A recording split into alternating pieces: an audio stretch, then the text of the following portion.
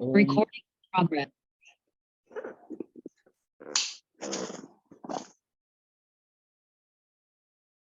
Om Namo Bhagavate Vasudevaya. Om Namo Bhagavate Vasudevaya. Om Namo Bhagavate Vasudevaya. Bhagavad Gita as it is, chapter 12, devotional service. Text 1. Arjuna Vacha. Evam Satata Yukta Ye Bhaktas Tvam Paryupasate Ye Chapyesh Ksharma Vyaktam Tesham Ke Yog Vitmaha. Hare Krishna. Arjuna inquired, which are considered to be more perfect, those who are always properly engaged in your devotional service, or those who worship the impersonal Brahman, the unmanifested? Text 2.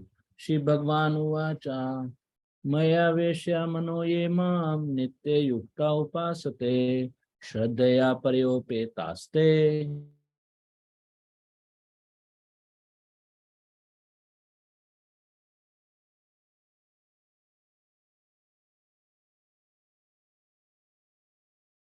In me, with great and transcendental faith, are considered by me to be most perfect. Text 3 and 4. Ye tvaksharmani deshyam vyaktam paryupasate sarvatra gamachintyam cha kutsthama chalam dhruvam sananiye mayendriya gramam sarvatra sambuddhayaha te prapanuvanti mavev sarvabhut hite rataha. Sorry, could you scroll? Thank you. But those who fully worship the unmanifested, that which lies beyond the perception of the senses, the all-pervading, inconceivable, unchanging, fixed and immovable, the impersonal conception of the absolute truth by controlling the various senses and being equally disposed to everyone, such persons engaged in the welfare of all at last achieve me. Text 5. क्लेशोधिकतरस्तेषां व्यक्तयता सक्त चेतसाम् अव्यक्ता हि गतिर्दुःखं देहव दिभर्वाप्यते. For those whose minds are attached to the unmanifested, impersonal feature of the Supreme, advancement is very troublesome. To make progress in that discipline is always difficult for those who are embodied. Text 6 and 7. ये तु सर्वाणि कर्माणि मयि सन्न्यस्य मत्परः अनन्येनैव योगेन मां ध्यायन्त उपासते तेषामहं समुद्धर्ता मृत्यु संसार सागरात् भवामि न चिरात् पार्थ मया वेशित चेतसाम्. But those who worship me, giving up all their activities unto me, and being devoted to me without deviation, engaged in devotional service and always meditating upon me, having fixed their minds upon me, O son of Pritha, for them I am the swift deliverer from the ocean of birth and death. Text 8. मयये मन आधस्तस्व मयि बुद्धिं निवेशय निवसीयस्यसि मय्येव at udharvam na sanshaya. Just fix your mind upon me, the Supreme Personality of Godhead, and engage all your intelligence in me. Thus, you will live in me always without a doubt. Text 9. Ath chittatam samadhatun na shaknoshi mai sthiram abhyas yogen tato mami cha chaptum dhananjaya. My dear Arjun, O winner of wealth, if you cannot fix your mind upon me without deviation, then follow the regulative principles of Bhakti Yoga. In this way, develop a desire to attain me. Text 10.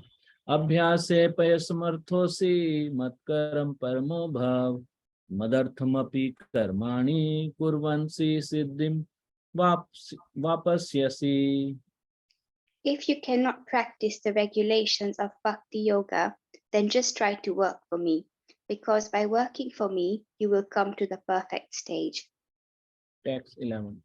Athetadapya shaktosi kartum madhogama shritaha सर्व कर्म फल त्यागम तथा कुरु यतात्मवान. If, however, you are unable to work in this consciousness of me, then try to act giving up all results of your work and try to be self-situated. Text 12. Shreyo hi jnanam bhyasa jnana dhyanam vishishyate dhyanat karam fal tyagas tyagachanitar nantaram. If you cannot take to this practice, then engage yourself in the cultivation of knowledge. Better than knowledge, however, is meditation, and better than meditation is renunciation of the fruits of action, for by such renunciation one can attain peace of mind. Text 13 and 14. Adveshta sarvabhutanam netrah karun evacha nirmamo nirahankara sam dukha sukha kami santushtah satatam yogi yatatma dranishchaya mayarpit mano buddhiryo madbhaktah same priya. One who is not envious, but is a kind friend to all living entities, who does not think himself a proprietor and is free from false ego, who is equal in both happiness and distress, who is tolerant, always satisfied, self-controlled, and engaged in devotional service with determination, his mind and intelligence fixed on me, such a devotee of mine is very dear to me. Text 15. Yasmano dijvete loko lokano dvijate chaya harsha marsha bhayo dveger murto yasa chame priya. He by whom no one is put into difficulty and who is not disturbed by anyone, who is equipoised in happiness and distress, fear and anxiety, is very dear to me. Text 16. Anpekshaha shuchir daksha udasino gatvayatha sarvarambha parityagi yo madbhaktah same priya. My devotee who is not dependent on the ordinary activities, who is pure expert without cares, free from all pains and not striving for some result is very dear to me. Text 17. Yo na hrishyati na dveshti na shochati na kankshati shubhashubh parityagi bhakti manya same priya. One who neither rejoices nor grieves, who neither laments nor desires, and who renounces both auspicious and inauspicious things, such a devotee is very dear to me. Text 18 and 19. Sama shatro cha mitre cha tatha manapamaneyo shitoshan sukha dukheshu samhasang vivarjitaha tulye nindastu mitormoni santushto yen kenachit aniketah sthirmati bhakti man me priyo narha. One who is equal to friends and enemies, who is equipoised in honor and dishonor, heat and cold, happiness and distress, fame and infamy, who is always free from contaminating association, always silent and satisfied with anything, who doesn't care for any residence, who is fixed in knowledge, and who is engaged in devotional service, such a person is very dear to me. Text 20. Ye tu dharmamritmidam yathoktam paryupasate shraddhana mat parma bhaktasteti me priha. Those who follow this imperishable path of devotional service and who completely engage themselves with faith, making me the supreme goal, are very, very dear to me. Hare Krishna, thank you. Hare Krishna. Hare Krishna, thank you so much. That was really wonderful recitation. After a long time, we have heard the recitation of Bhagavad Gita, so that was really wonderful. I'll try and share the screen.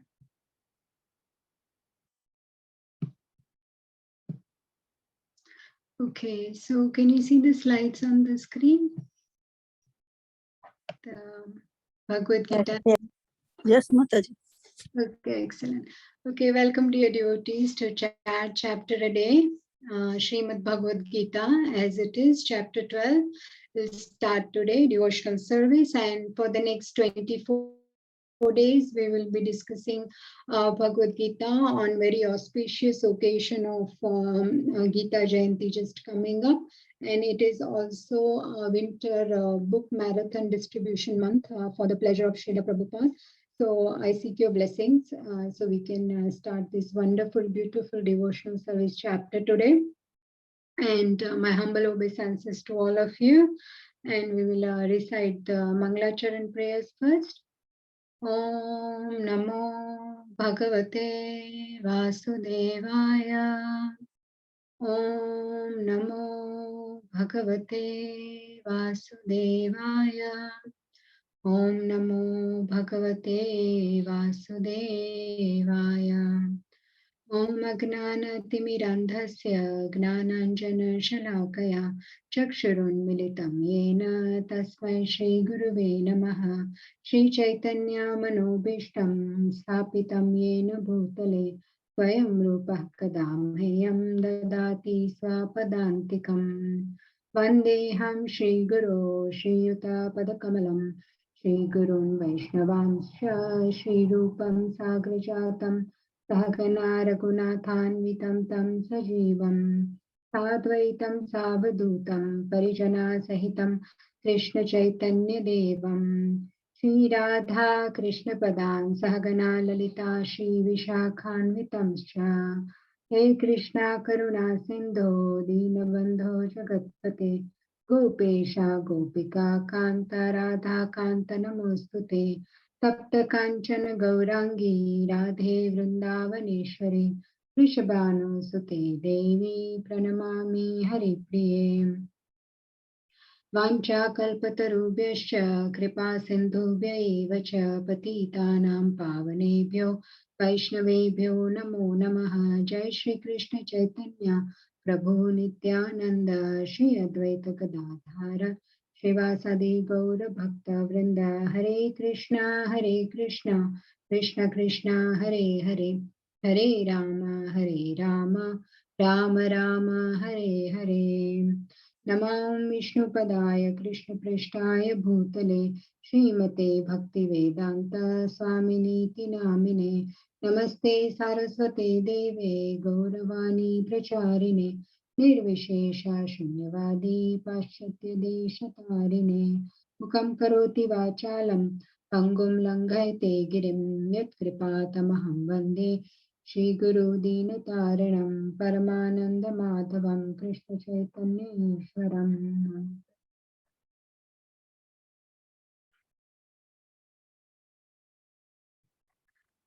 So we are going to be reciting today the first shloka of 12th chapter, and we'll need 2 volunteers to read the purports, if that's okay. And because there are 3 pages, it's a long purport. So Arjuna Vacha Evam Satata Yuktaye Bhaktasvam Paryupasate Ye Chapi Aksharam Avyaktam Tesham Ke Yoga Vittamaha. Synonyms.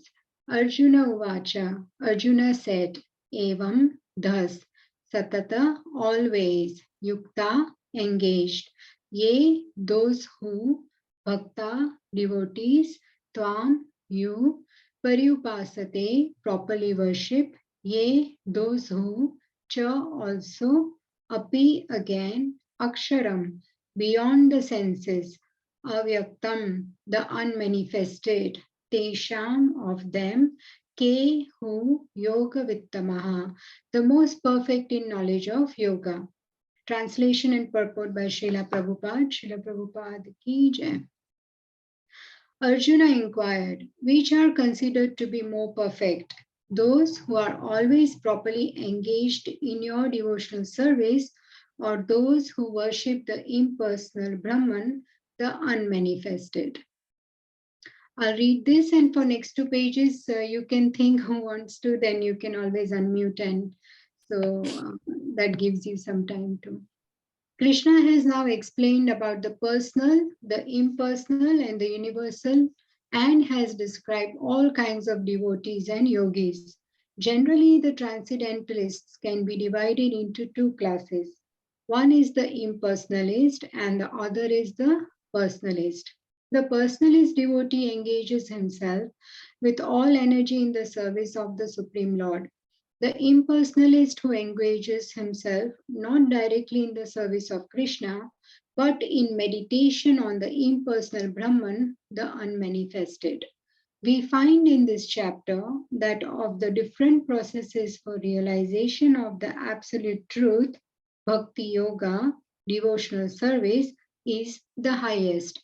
If one at all desires to have the association of the Supreme Personality of Godhead, then he must take to devotional service. Those who worship the Supreme Lord directly by devotional service are called personalists. Those who engage themselves in meditation on the impersonal Brahman are called impersonalists. Arjuna is here questioning which position is better. There are different ways to realize the absolute truth, but Krishna indicates in this chapter that bhakti yoga or devotional service to him is the highest of all. It is the most direct and it is the easiest means for association with the Godhead. So who would like to read this one? Can I read, please, Mataji? Yes, please. Go ahead, Jyoti Mataji. In the second chapter of Bhagavad Gita, the Supreme Lord explained that a living entity is not the material body. He is a spiritual spark, and the absolute truth is the spiritual whole. In the seventh chapter, he spoke of the living entity as being part and parcel of the Supreme Whole and recommended that he transfers his attention fully to the whole.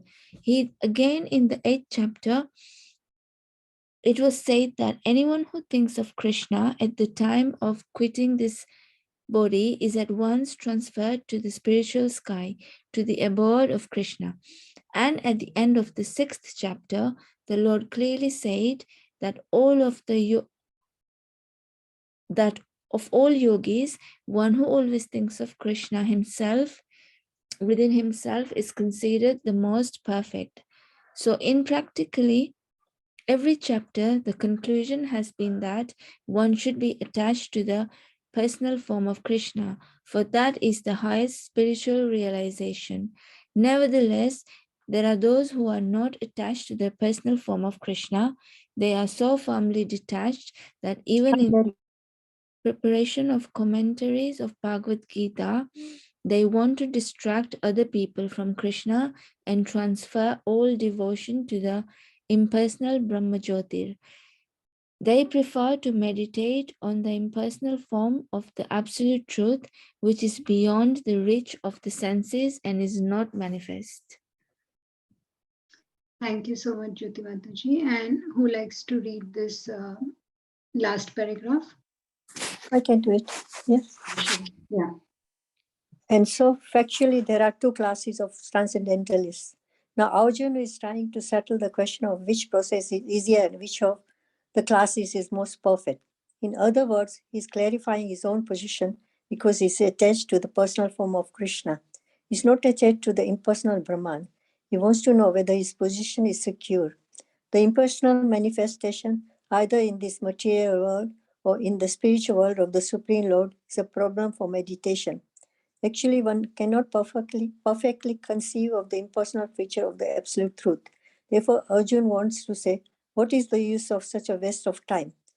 Arjuna experienced in the 11th chapter that to be attached to the personal form of Krishna is best, because he could thus understand all other forms at the same time, and there was no disturbance to his love for Krishna. This important question asked of Krishna by Arjuna will clarify this distinction between the impersonal and personal conceptions of the absolute truth. Hare Krishna. Hare Krishna. Thank you so much. Yes, so this beautiful chapter is divided into 3 parts. So the first verse itself is Arjuna's inquiry. Who is better, personalist or impersonalist? And in the 2nd to the 7th verse, Krishna will establish the supremacy of Krishna's bhakti. So he will establish the superiority of a devotee or a personalist over an impersonalist, who is like a yogi who is meditating either on Brahman or on a partial form of the Lord Paramatma. We will see as we move further. And then 8 to 12 verses, this is a very exciting part where there is a progressive stages of bhakti. One of my favorite parts are explained in these 5 verses. And the last section is 31 qualities. What are the qualities that one should be aspiring to develop to become dear to Lord Krishna? So this is a very beautiful chapter, just 20 verses with 3 main sections. And so we will see one by one. Okay, so the first verse is Arjuna is asking. So just to go back to what has happened, because everything connects, right? So we are starting 12th chapter, but we need to know what happened at the end of 11th chapter. So we know that in 11th chapter of Bhagavad Gita, it ends with emphasis on Bhakti Yoga. During the 11th chapter, Krishna displayed universal form to Arjuna, and then Arjuna becomes fearful and he requests Krishna that please withdraw this universal form and show me your pleasant four-handed or two-handed form. And so Krishna presented himself in a human-like Shyam Sundar form, which is two-handed, and also he establishes that Ananya Bhakti to Supreme Lord Krishna, who is source of all the forms, whether it is 10,000 arms or 10 arms or 4 arms or 2 arms, the source of all the forms is Krishna. And bhakti unto Krishna is the ultimate path of self-realization. But there are still some impersonalists, some people who are attached to the impersonal Brahman form of the Lord. So Arjuna himself, uh, he's aware of this, that, the human-like form of Krishna is the one that one should be attached to and one should worship. But he's still asking that, there are some people who are worshipping your impersonal form and not personal form as Krishna. Then what is best? That's what he's asking in this question. And he says, please clarify this doubt. And that's how this chapter begins, by Arjuna's question. Whether personalist, who is a person who is attached to the personal form of Krishna, is he better, or the impersonalist who is attached to the impersonal form of the Lord? Impersonal form means Brahman, the effulgence that is coming out of the Lord, that shine, that Brahman effulgence is what some people are worshipping to connect to God. Now here we can clearly see in this slide what is more exciting out of the 3 pictures. To me, this looks very exciting, right? And very beautiful. There is some reciprocation going on here, that there is a Gopa here who is hugging Krishna. He could talk to Krishna, he could serve Krishna as a sakha, he can play with Krishna, he can eat lunch with Krishna. And so this is very exciting. This is a personalist, a bhakti, a devotee who serves the Lord, and this is how he connects with the Lord, through bhakti, through shravanam, kirtanam, and various processes. And here is this person. Actually, this person is just meditating on shunya, on nothing. He's just meditating on shunya, and then this does not really look very exciting, this kind of attachment, to try and attach to nothing, but try to reach God through this. And better than this is this person, at least in the heart, he's meditating on the partial form of the Lord, which is Paramatma, the super soul within the heart. So he's trying to do this. And so these are impersonalists, actually, Gnani yogis or Dhyan yogis, sorry. So they are trying to connect through meditation. And here is Bhakti yogi, Arjuna, who knows that this is the right path. So but still he is asking for the benefit of everyone, that what is the best way. And also in the previous chapter, this verse is extremely important, the last verse 1155, where Krishna says mat karma krin mat paramo mat bhakta sangavarjita nirvaira sarva bhuteshu yasamameti pandava. So he says, my dear Arjuna, he who engages in my pure devotional service, free from the contaminations of fruitive activities and mental speculation, he who works for me, who makes me the supreme goal of his life, and who is friendly to every living being, he certainly comes to me. So this is already established, but here Arjuna still has a doubt because he has heard about so many other people who meditate on Lord and try to reach him that way. So just to go back to the verse, what it is Arjuna Uvacha. Arjuna says, Evam Satata Yuktaye. So Satata means always, and Yuktaye, one who is engaged. Then Bhaktas Tvam Paryupasate. So here Bhaktas Tvam Paryupasate means he's talking about a devotee. The devotee who is constantly engaged and who always thinks of you. So he talks about the personalist and devotee who worships you. He's engaged in your devotional service. So first two lines are talking about the devotee, personalist. And then ye chapi aksharam avyaktam tesham ke yoga vittamaha. So aksharam and avyaktam, these two words are important. Aksharam means one who is beyond the senses. So it refers to the one who is beyond the senses, or one who cannot be destroyed. So someone is meditating on that. And avyaktam refers to the unmanifested Brahman effulgence of the Lord. So these two things, somebody is meditating on this.